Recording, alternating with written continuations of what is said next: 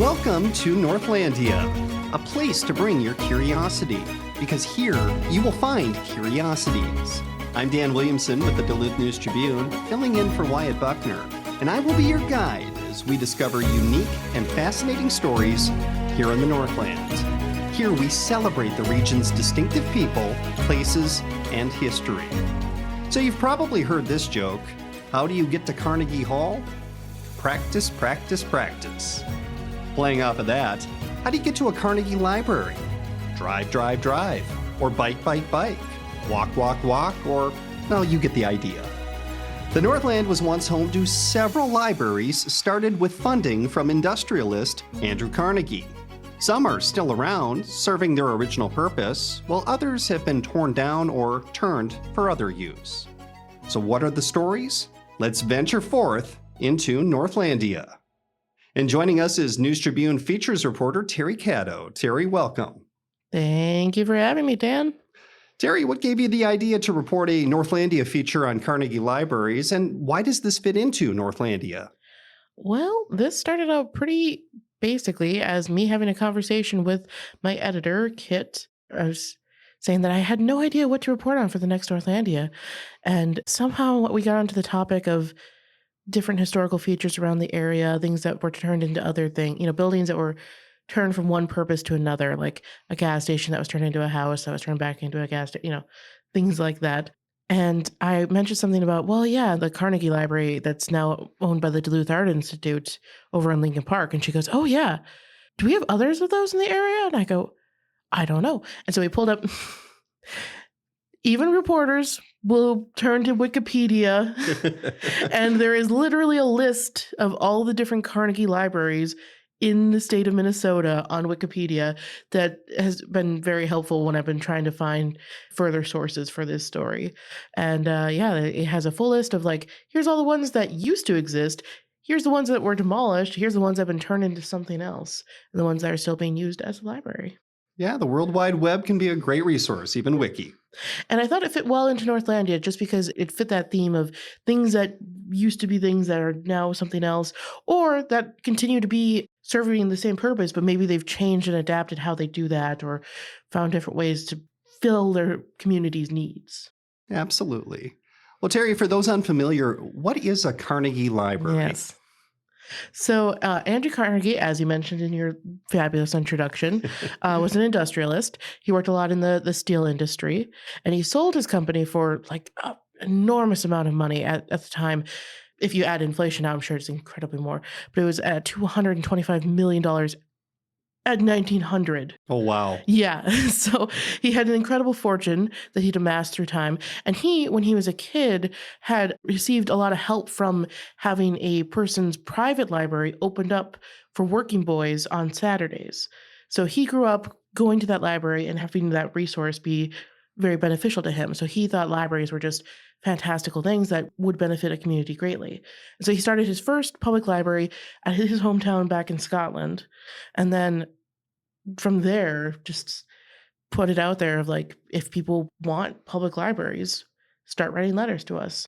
Communities responded. I mean, there were over, I want to say 1,500 different libraries that opened up over the years. 1,500? Wow. Yeah. And that's between 1887 to 1929. And this is nationwide? Nationwide, as well as I think a few international as well, yeah. And of course, here in the Northland, several places. Several. I didn't get the exact quite number right because depends a little bit. But yeah, we had quite a few open up. Almost every community had one, or there was one in the community next door, or there were a couple of cities that had multiple, mostly Duluth and Superior, to be fair. So where in the Northland are Carnegie libraries still operating? So I went around and I went for a nice little drive, and there's one in Eveleth, which is right next door to my hometown of Gilbert. So I went and checked out that library, as well as there's one still operating in Mountain Iron and over in Coleraine as well. And then I knew this already because I used to be a reporter for the Lake County News Chronicle, the late Lake County News Chronicle. And I knew that the Two Harbors Library was a Carnegie library that's still in operation, though they've built an extension to it. So looks a little bit different than it may have back in the day, but it's still a pretty intact library as well. And of course, Carnegie Libraries were kind of known for just how elaborate and how just amazing the way they looked. Yeah, they all kind of had a unique, like, Andrew Carnegie library style. They were all a little bit different from each other. Maybe they used different bricks or maybe they used columns. Some didn't have columns. But you look at one and you go, yeah, that's a Carnegie library. You can kind of guess just based on the structure of it. You're like, yeah, that looks around the same time period. One of the downfalls of it is, I will say, because it was made in that time period from like the 1880s to 1920s, a lot of them like to utilize stairs to get into the building and to get around in the building, which is not great for ADA accessibility. True. But, you can definitely tell, like, you can look at it and you're like, "Yeah, that's definitely a Carnegie library." In fact, some of them even have the name right on top of the building, so you're like, "Oh, hey, look, it says Carnegie right on top, right there." Or when you walk inside, they have a nice big portrait of him on the wall, and you're like, "Got it, okay." Yep, can't miss it.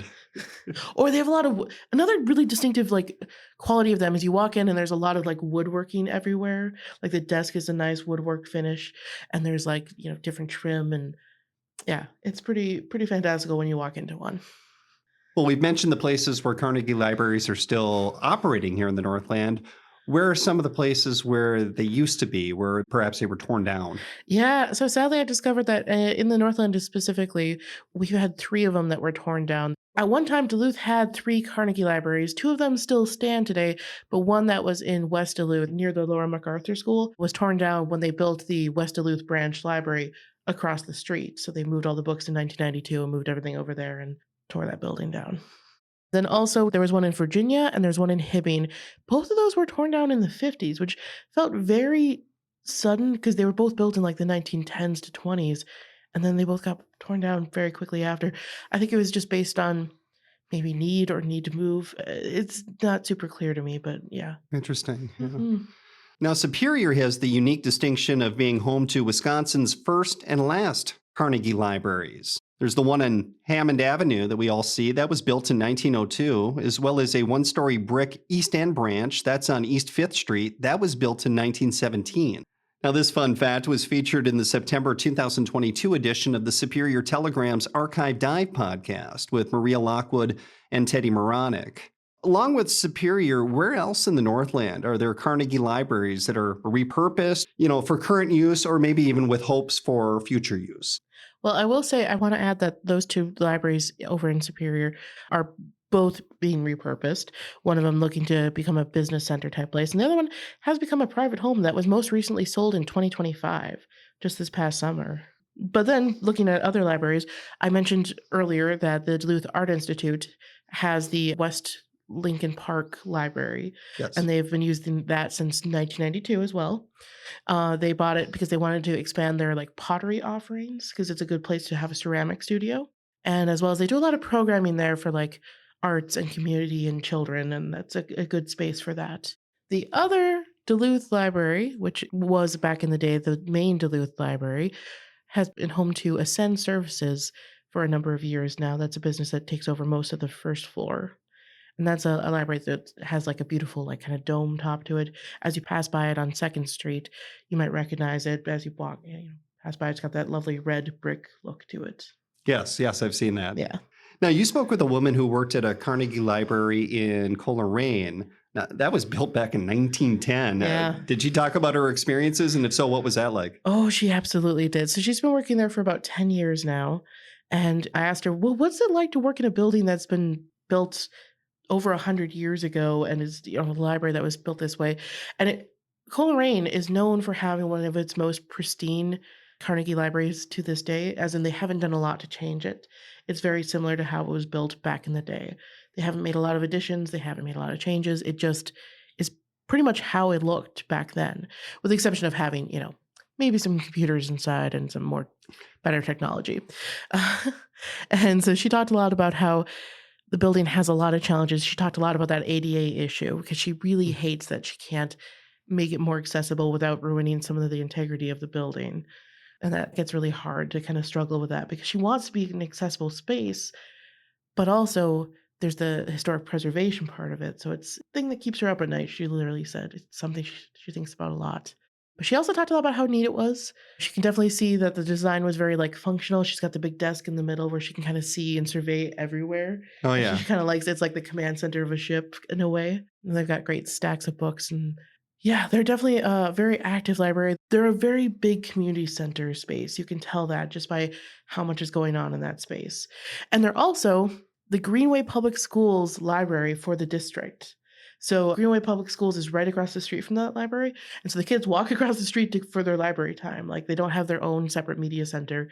They go to the library. So the kids grow up going to their public library a couple times a week, you know? That just so happens to be a Carnegie library. Yeah, it's a Carnegie. What were you surprised to learn while you researched this story? I think I was surprised at just how many there were. I think I knew that, but I wasn't totally sure at the number. I didn't even know that the one in Evelyn was a Carnegie back in the day. I suppose I didn't really go to that one as much. I spent a lot of time at the Gilbert Public Library, which is not a Carnegie, but still has a place in my heart. But I was impressed by how many that we had. And also how much money was spent on them back in the day. Because you look at a lot of them, and back in the day, it was like built for $19,000. And you're like, I know that if you add inflation, that's a lot more money today. But yeah, you're just like, what?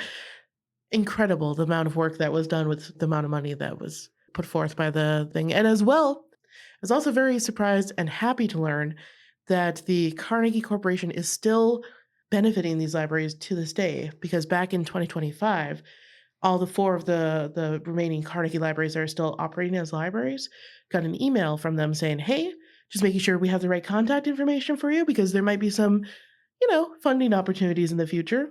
And then later that year, they got another email saying, inspired by the 250th birthday of America, we're going to send you all $10,000.